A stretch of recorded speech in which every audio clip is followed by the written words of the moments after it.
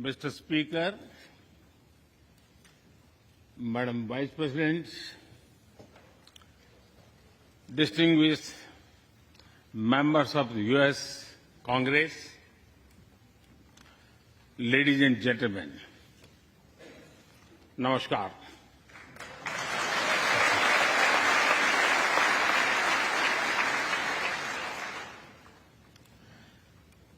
It is always a great honor to address the United States Congress.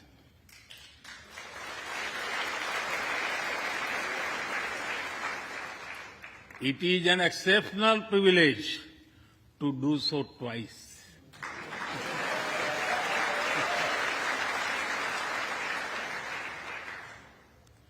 For this honor,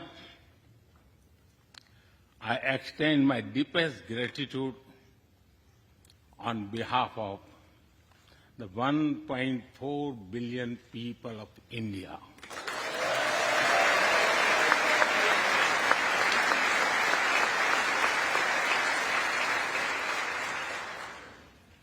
I see that nearly half of you were here in 2016. I feel your warmth as old friends. I can also see the enthusiasm of a new friends in the other half. I remember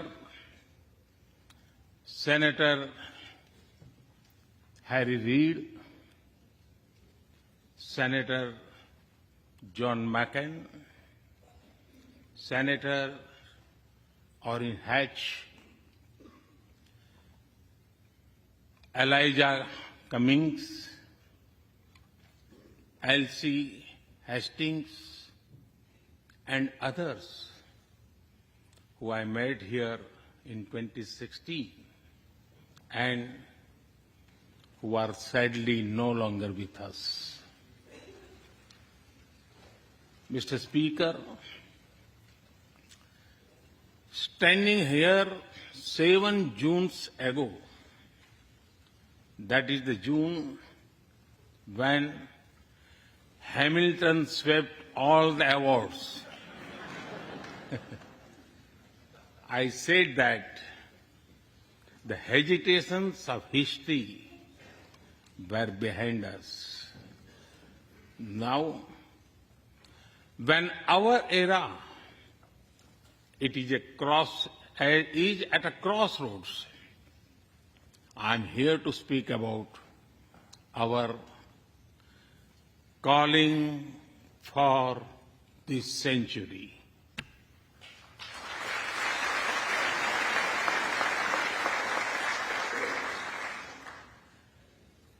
Through the long and widening road that we have traveled, we have made the test of friendship. A lot has changed since I came here 7 summers ago. But a lot has remained the same, like our commitment to deepen the friendship between India and the United States.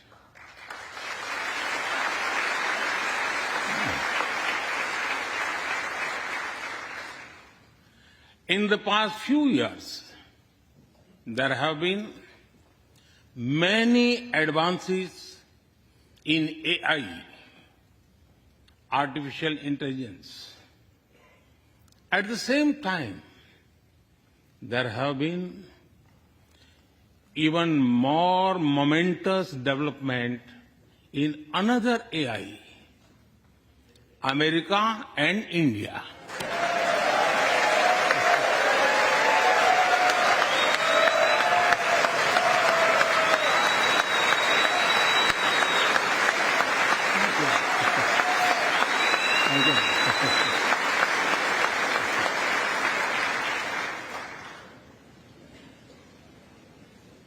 Mr. Speaker and distinguished members, The beauty of democracy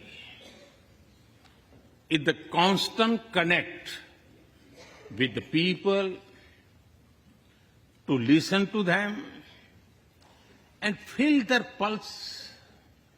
And I know this takes a lot of time, energy, effort, and travel.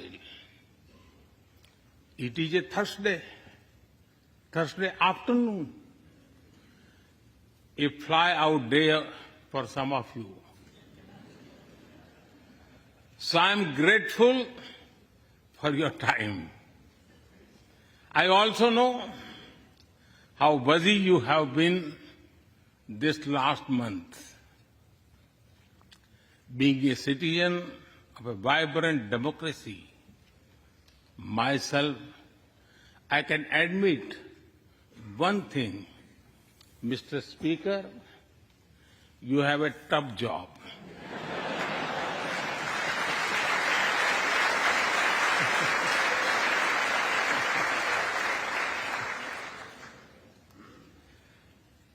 I can relate to the battles of patience, persuasion, and policy.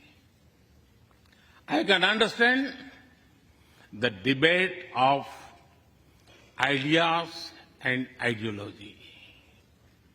But I am delighted to see you come together today to celebrate the bond between world's two great democracies, India and the United States. Thank you.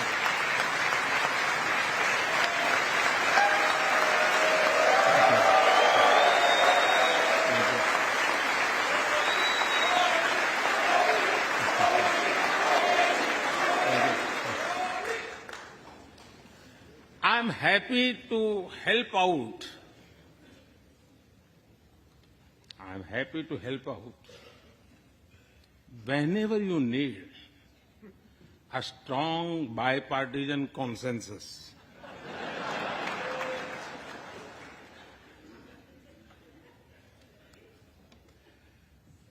There will be and there must be a contest of ideas at home. But we must also come together as one when we speak for our nation.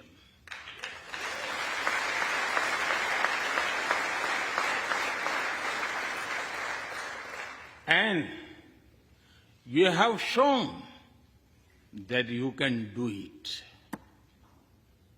Congratulations.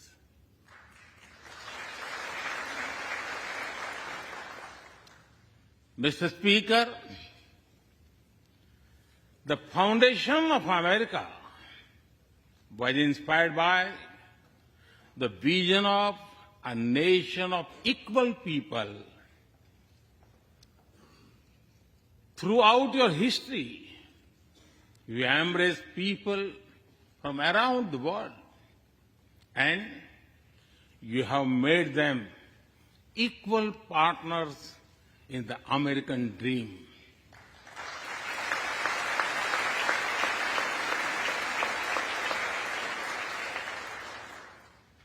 There are millions here who have roots in India.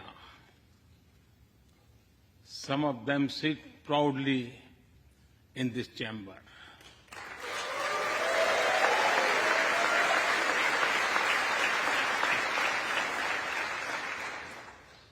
And there is one behind me who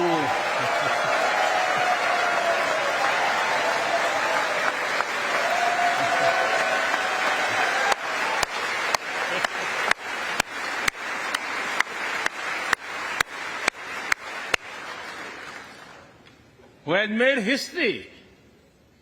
I'm told that the Samosa Caucus is now the flavor of the house. I hope it grows and brings the full diversity of Indian cuisine here.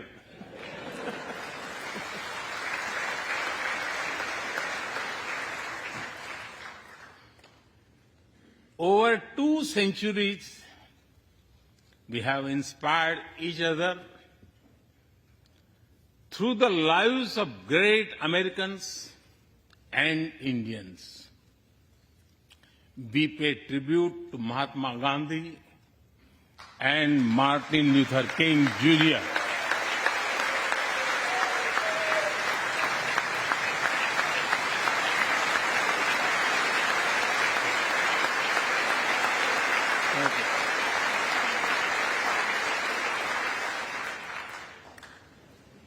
We also remember many others who work for liberty, equality, and justice.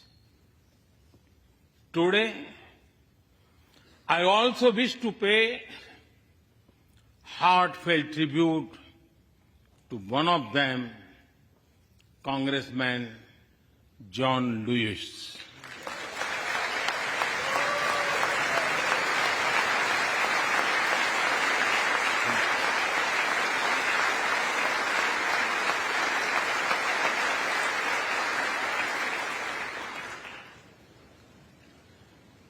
Mr. Speaker, democracy is one of our sacred and shared values. It has evolved over a long time and taken various forms of systems. Throughout history, however, one thing has been clear. Democracy is the spirit that supports equality and dignity.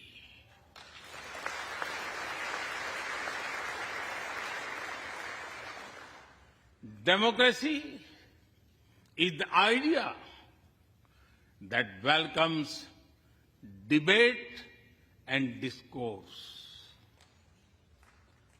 Democracy is the culture that gives wings to thought and expression.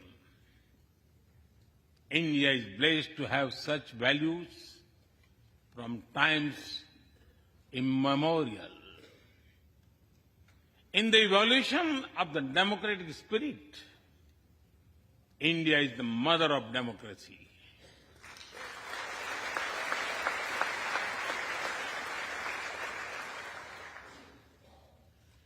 Millennia ago, our oldest scripture said, Ekam Sat Vipra Bahudha Vadanti. It means that truth is one, but the wise express it in a different ways. Now, the US is the oldest and India the largest democracy. Our partnership augurs well for the future of democracy.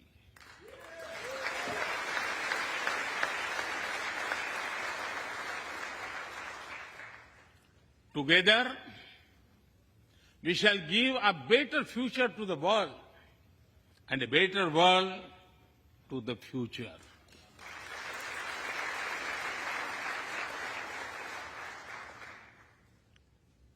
Mr. Speaker, last year, India celebrated 75 years of its independence. Every milestone is important, but this one was a special. We celebrated a remarkable journey of over 75 years of freedom after 1,000 years of foreign rule in one form or another. This was not just a celebration of democracy, but also of diversity, not just of constitution, but also of its spirit of our social empowerment, not just of our competitiveness and cooperative federalism, but also of our essential unity and integrity.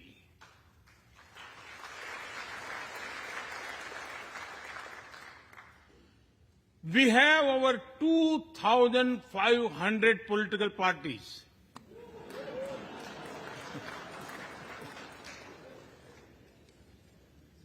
Yes, you heard that right. 2,500. About 20 different parties govern various states of India.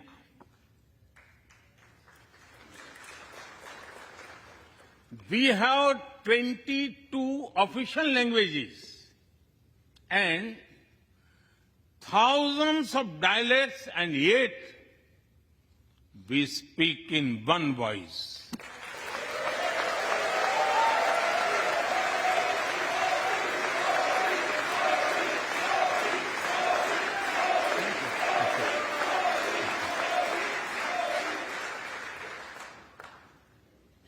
Every 100 miles, our cuisine changes.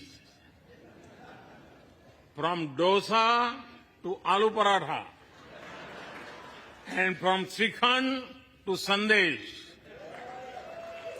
We enjoy all of this. We are home to all faiths in the world, and we celebrate all of them.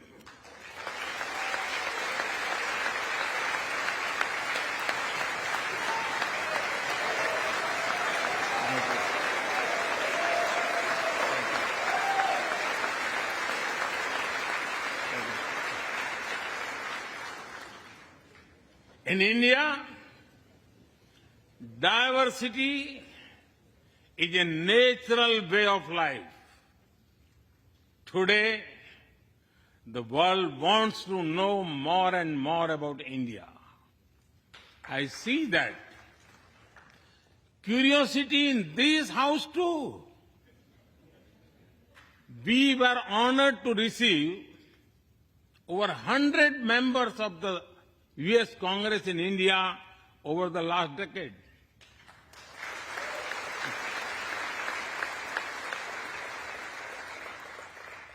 Everyone wants to understand India's development, democracy, and diversity.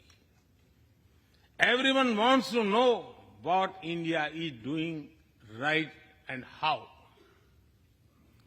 Among close friends, I'm happy to share the same. Mr. Speaker, when I first visited the U.S. as a Prime Minister, India was the 10th largest economy in the world. 10th. Today, India is the 5th largest economy.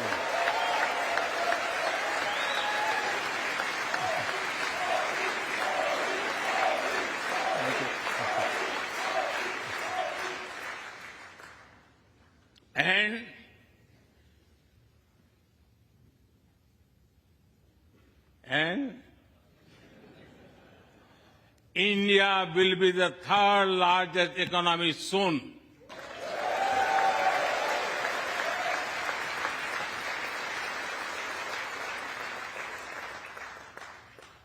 We are not only growing bigger,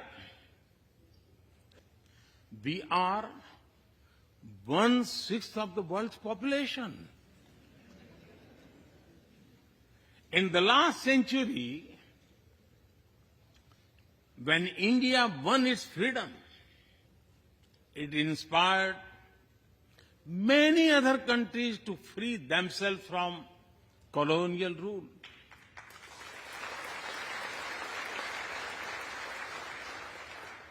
In this century, when India sets benchmark in growth, it will inspire many other countries to do the same.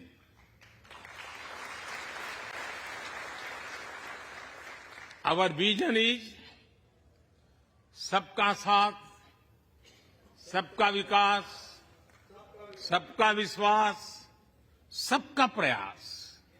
It means together for everyone's growth, with everyone's trust and everyone's efforts. Let me share with you how this vision is translating into action with speed and scale. We are focusing on infrastructure development. We have given nearly 40 million homes to provide shelter to over 150 million people.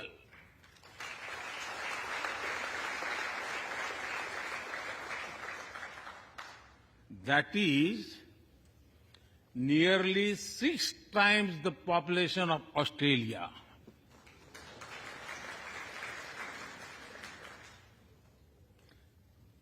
We run a national health insurance program that ensures free medical treatment for about 500 million people.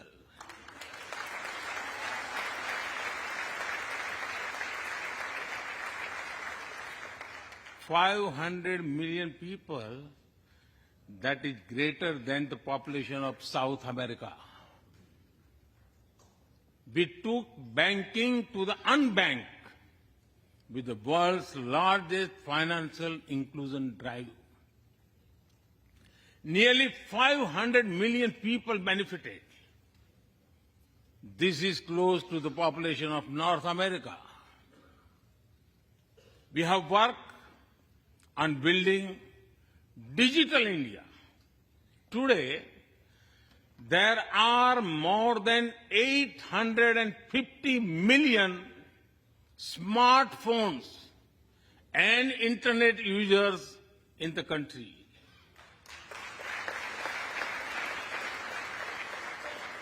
This is more than the population of Europe.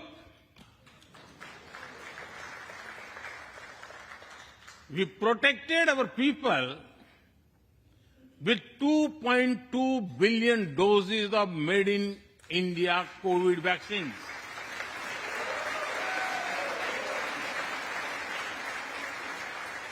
And that too free cost.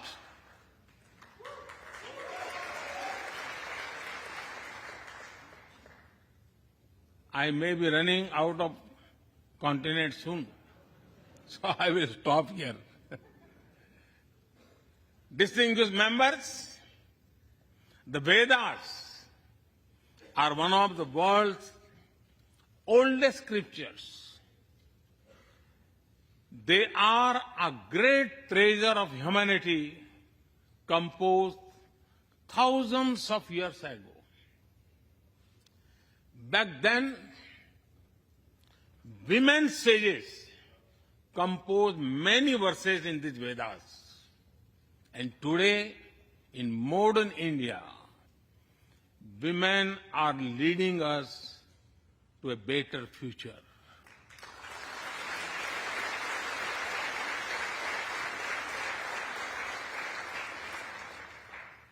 India's vision is not just of development which benefits women.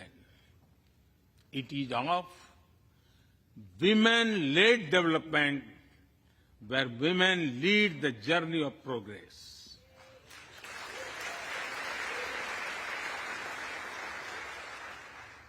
A woman has risen from a humble tribal background to be our head of states.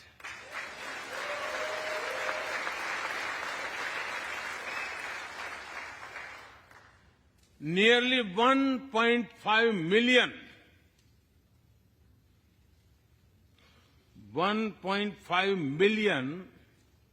elected women lead us at various levels. And that is of local governments. Today, women serve our country in the Army, Navy, and Air Force. India also has the highest percentage of women airline pilots in the world.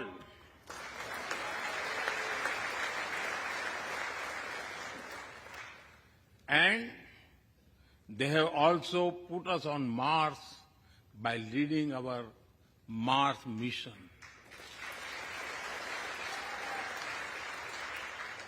I believe that investigating in a girl child lifts up the entire family. Empowering women transforms the nation.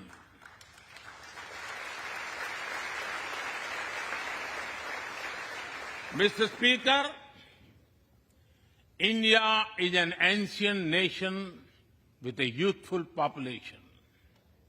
India is known for its traditions, but the younger generation is also making a hub of technology, be it creative reels on Insta or real-time payments, coding or quantum computing, machine learning or mobile apps, fintech or data science. The youth of India are a great example of how a society can embrace latest technology. In India, technology is not about innovation, but also about inclusion. Today, digital performance are empowering the rights and dignity of people while protecting privacy. In the last 9 years, over 1 billion people got a unique digital biometric identity connected with their bank accounts and mobile phones. This digital public infrastructure helps us reach citizens within seconds with financial assistance. 850 million people receive direct benefit financial transfers into their accounts. 3 times a year, over 100 million farmers receive assistance in their bank accounts at the click of a button. The value of such transfer has crossed $320 billion. And we have saved over $25 billion in the process.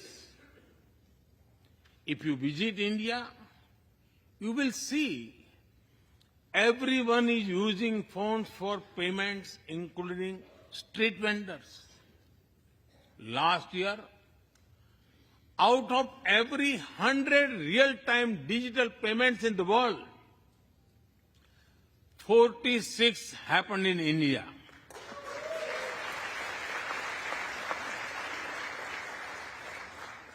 Nearly 400,000 miles of optical fiber cables and cheap data have ushered in a revolution of opportunities. Farmers check weather updates. The elderly get social security payments. Students access scholarships. Doctors deliver telemedicine. Fishermen check fishing grounds, and small businesses get loans with just a tap on their phones. Mr. Speaker, a spirit of democracy, inclusion, and sustainability defines us. It also shapes our outlook to the world. India grows while being responsible about our planet. We believe, Mata Bhumihi Putro Aham Prithviya. This means the earth is our mother and we are her children. Indian culture deeply respects the environment and our planet.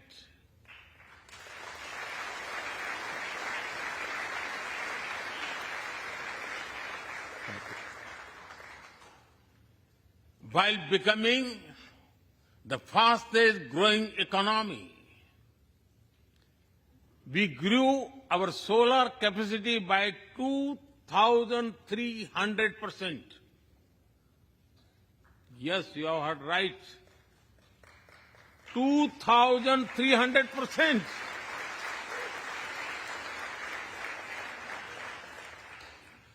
We became the only G20 country to meet its Paris commitment.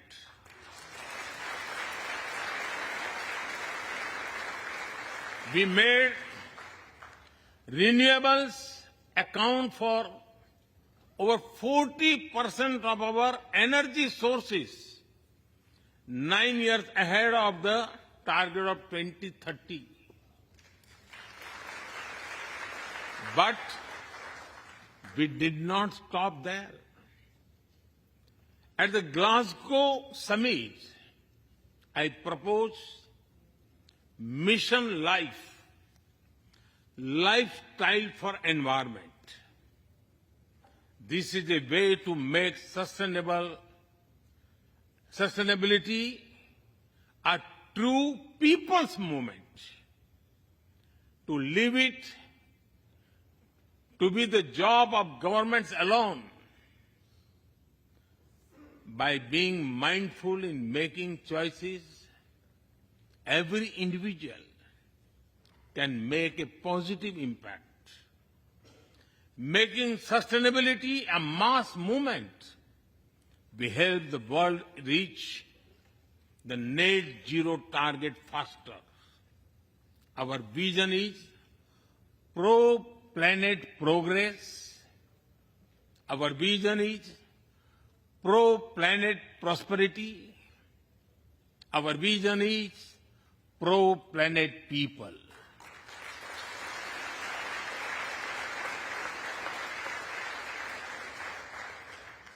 Mr. Speaker, we live by the motto of Vasudhaiv Kutumbakam, or the world is one family.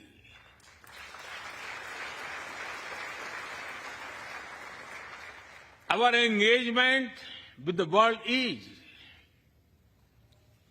for everyone's benefit.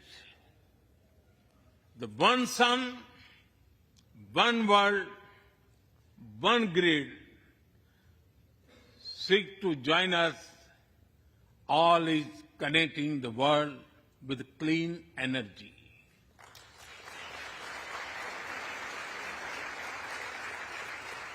One Earth, One Health is a vision for global action to bring quality health care to everyone, including animals and plants.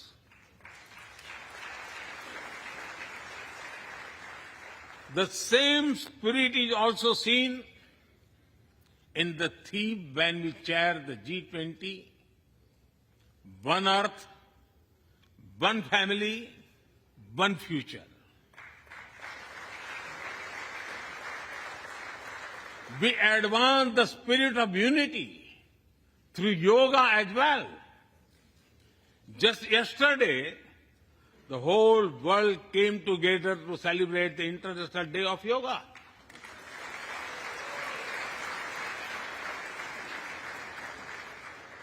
Just last week, all nations joined our proposal at the UN to build a memorial wall to honor the peacekeepers.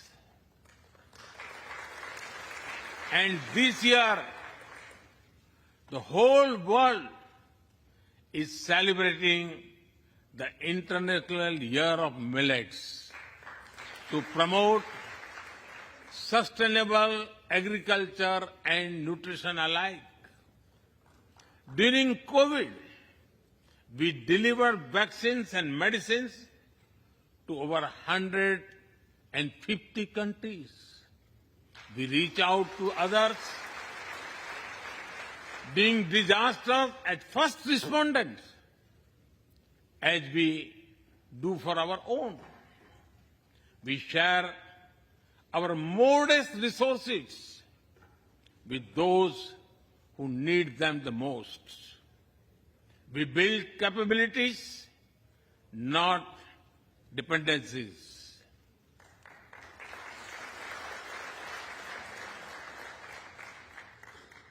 Mr. Speaker, when I speak about India's approach to the world, the United States occupy a special place. I know. Our relations are of great importance to all of you. Every member of this Congress has a deep interest in it.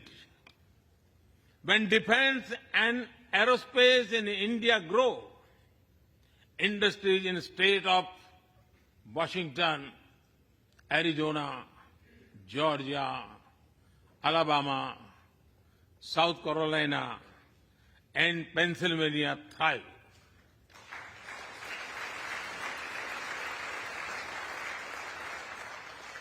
When American companies grow, the research and development centers in India thrive.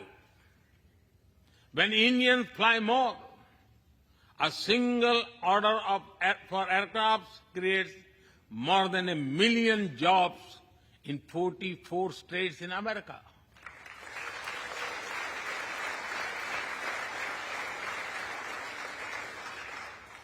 When an American phone makers invest in India, it creates an entire ecosystem of jobs and opportunities in both countries. When India and US work together on semiconductors and critical minerals, it helps the world in making supply chains more diverse, resilient, and reliable.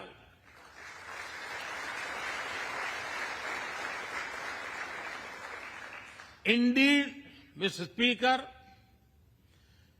we were strangers in defense cooperation at the turn of the century. Now, the United States has become one of our most important defense partners.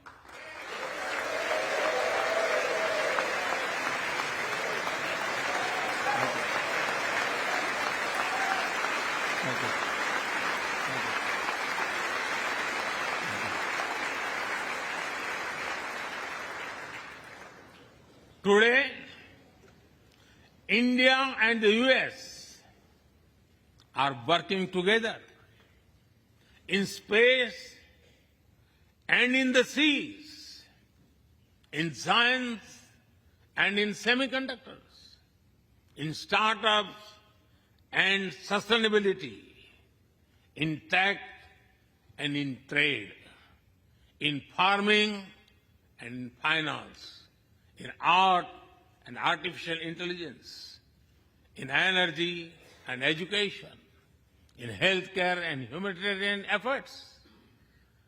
I can go on and go on, but to sum up it, I would say the scope of our cooperation is endless. The potential of our synergies is limitless. And the chemistry in our relations is effortless.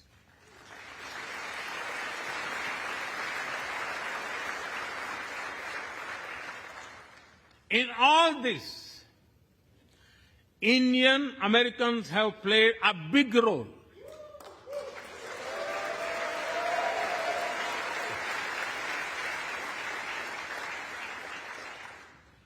They are brilliant in every field, not just in spelling bee.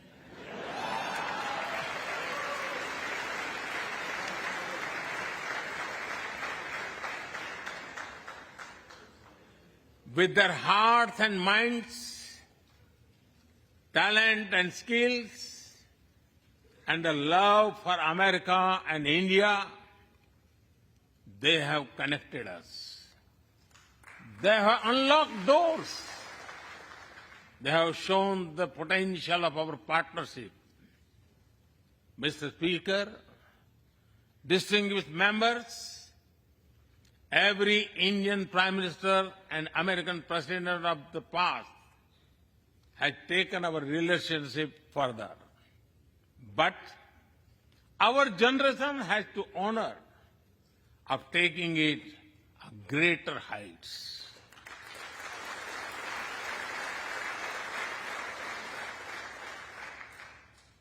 I agree with President Biden that this is a defining partnership of this country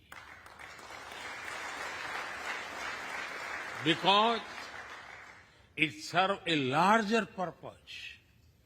Democracy, demography, and destiny give us the purpose. One consequence of globalization has been to cover over concentration of supply chains. We will work together to diversify, decentralize, and democratize supply chains.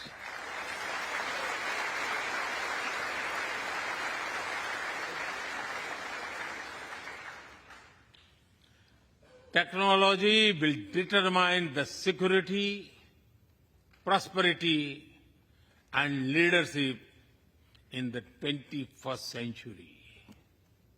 That is why our two countries established a new initiative for critical and emerging technologies.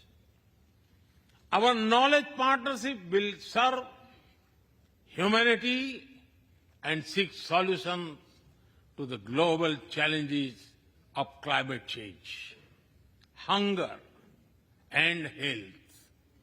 Mr. Speaker and distinguished members, the last few years have seen deeply disruptive developments. With the Ukraine conflict, war has returned to Europe. It is causing great pain in the region. Since it involves major powers, the outcomes are severe. Countries of the global south have been particularly affected. The global order is based on the respect for the principle of the UN Charter, peaceful resolution of disputes, and respect for sovereignty and territorial integrity.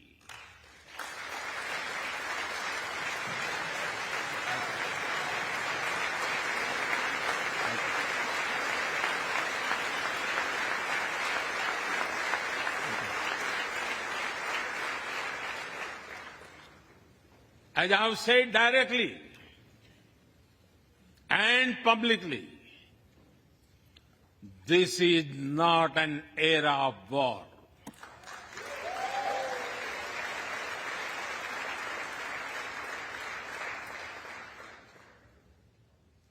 But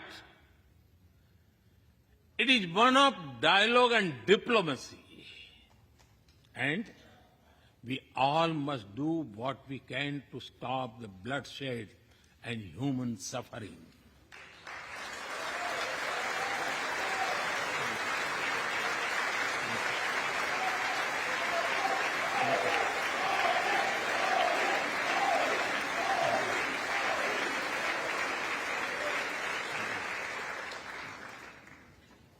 Mr. Speaker, the dark clouds of coercion and confrontation are casting their shadow in the Indo-Pacific. The stability of the region has become one of the central concerns of our partnership. We share a vision of a free, open, and inclusive Indo-Pacific.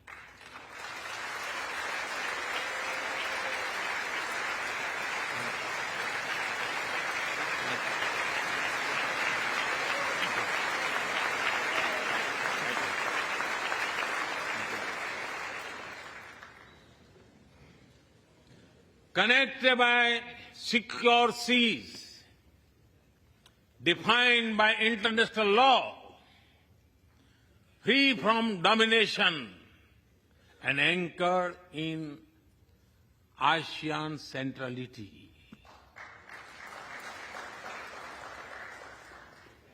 A region where all nations, small and large, are free and fearless in their choices, where progress is not suffocated by an impossible burdens of debt.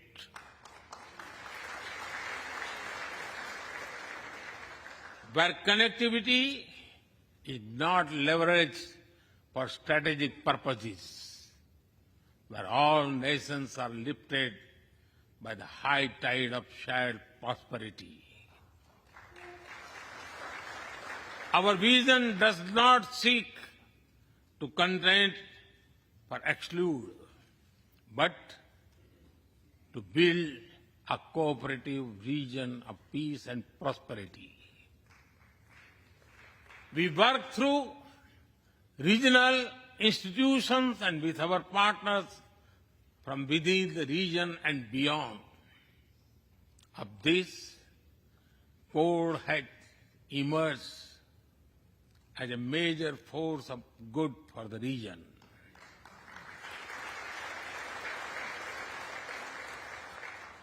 Mr. Speaker, more than 2 decades after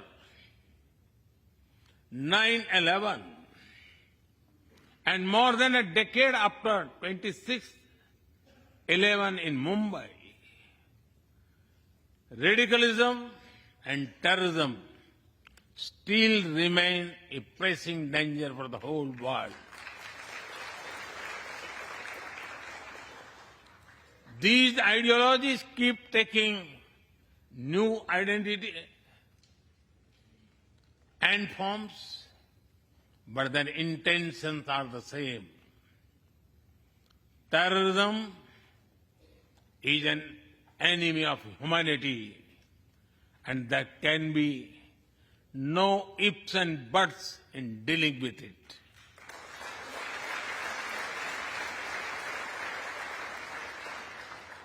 We must overcome all such forces sponsoring and exporting terror.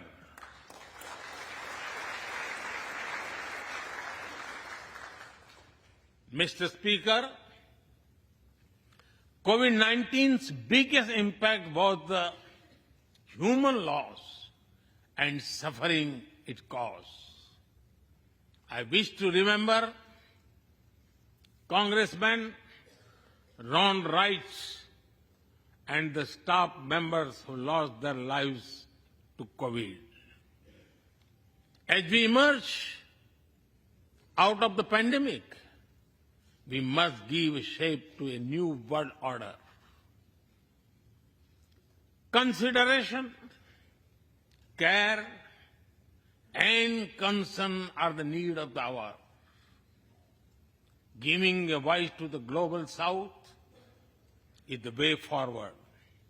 That is why I firmly believe that the African Union be given full membership of G20.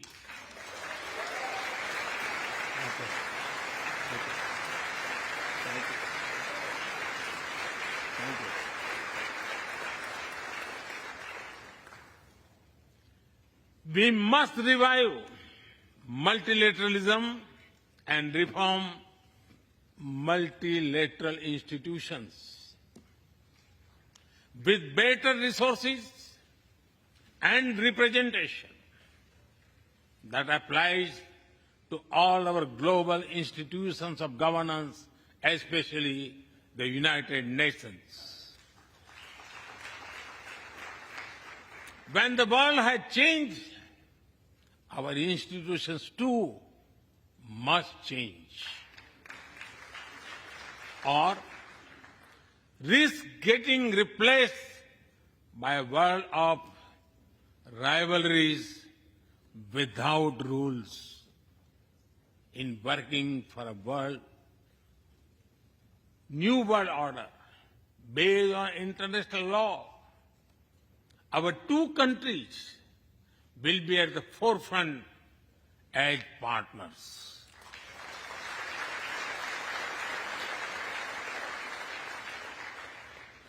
Mr. Speaker and distinguished members, today we stand at a new dawn in our relationship that will not only shape the destiny of our two nations, but also that of the world. As the young American poet Amanda Gorman has expressed, when day comes, we step out of the shade, aflame and unafraid. The new dawn blooms as we free it. For there is always light if only we are brave enough to see it.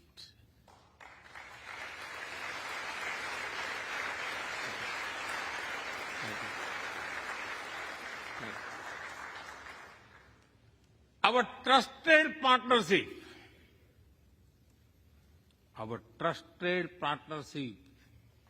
is like the sun in this new dawn that will spread light all around.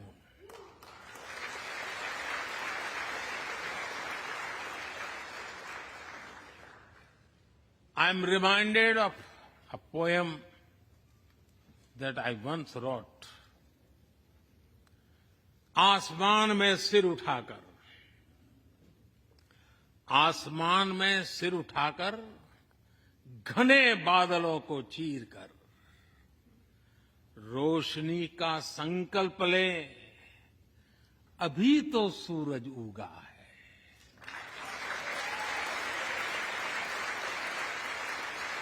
अभी तो सूरज उगा है।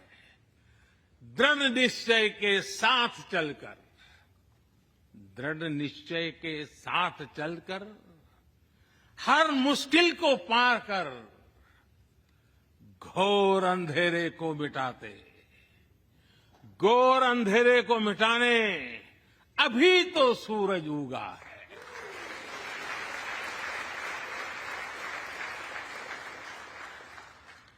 If I were to say it in English, it would be rising its head in the skies, piercing through the dense clouds with the promise of light. The sun has just risen, armed with a deep resolve, overcoming all the odds to dispel the forces of darkness. The sun has just risen.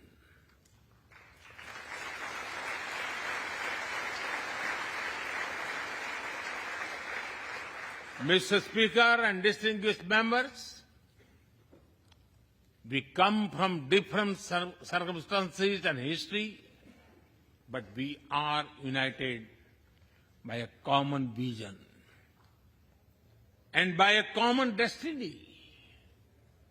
When our partnership progresses, economic resilience increases, innovation grows, science flourishes, knowledge advances, humanity benefits, our seas and skies are safer, democracy will shine brighter, and the world will be a better place. That is the mission of our partnership. That is our calling for this century. Mr. Speaker and distinguished members, even by the high standards of our partnership, this visit is one of the great positive transformations. Together, we shall demonstrate that democracies matter and democracies deliver.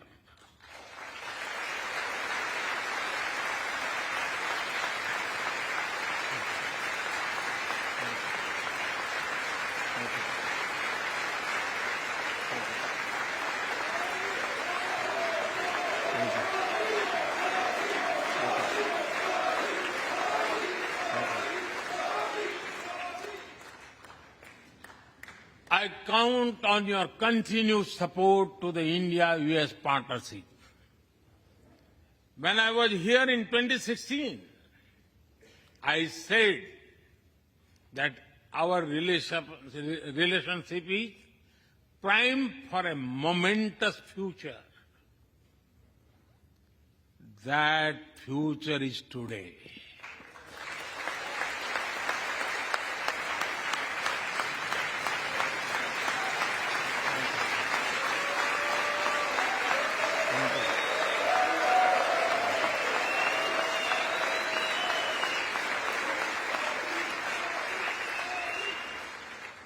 Thank you once again, Mr. Speaker, Madam Vice President, and the distinguished members of this honor. God bless America. Jai Hind. Long live India-US friendship. Thank you.